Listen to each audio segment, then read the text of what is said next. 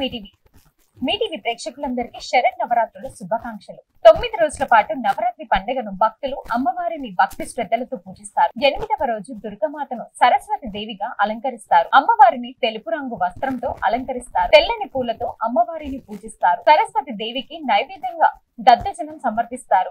జ్ఞానం మరియు విద్య విజయాల కోసం సరస్వతి దేవిని పూజిస్తారు. 6వ రోజు ఆయుధ పూజ లేదా సరస్వతి పూజ ఉత్సవాలు జరుగుతాయి. బాసర సరస్వతి దేవస్థానంలో కూడా నవరాత్రి వేడుకలు నిర్వహిస్తారు. ఈ సందర్భంగా సరస్వతి దేవి మహంకాళి, మహాలక్ష్మి మూర్తులతో పాటు పూజలు అందుకుంటుంది. సప్తమి తిథి మూల నక్షత్రం రోజు అమ్మవారు చదువుల తల్లి శ్రీ సరస్వతి దేవిగా దర్శనమిస్తారు. అమ్మవారి జన్మ నక్షత్రం మూల నక్షత్రం రోజు అమ్మవారిని సరస్వతి దేవిగా ఆరాధిస్తారు. తెలుగు రాష్ట్రాల్లో ప్రజలు బొమ్మల కొలువులు పెట్టి పేరంటాలతో సందడి చేస్తారు. చదువుకునే విద్యార్థులు ఈ రోజు పుస్తకాలను అమ్మ దగ్గర ఉంచి పూజిస్తారు. తెలుగు రాష్ట్రాలలో ప్రముఖ ఆలయాలైన బాసర, వర్గిల్, శ్రీ కనక దుర్గమ్మ ఆలయాలలో సామూహిక అక్షరాభ్యాసాలు విశేషంగా జరుగుతాయి.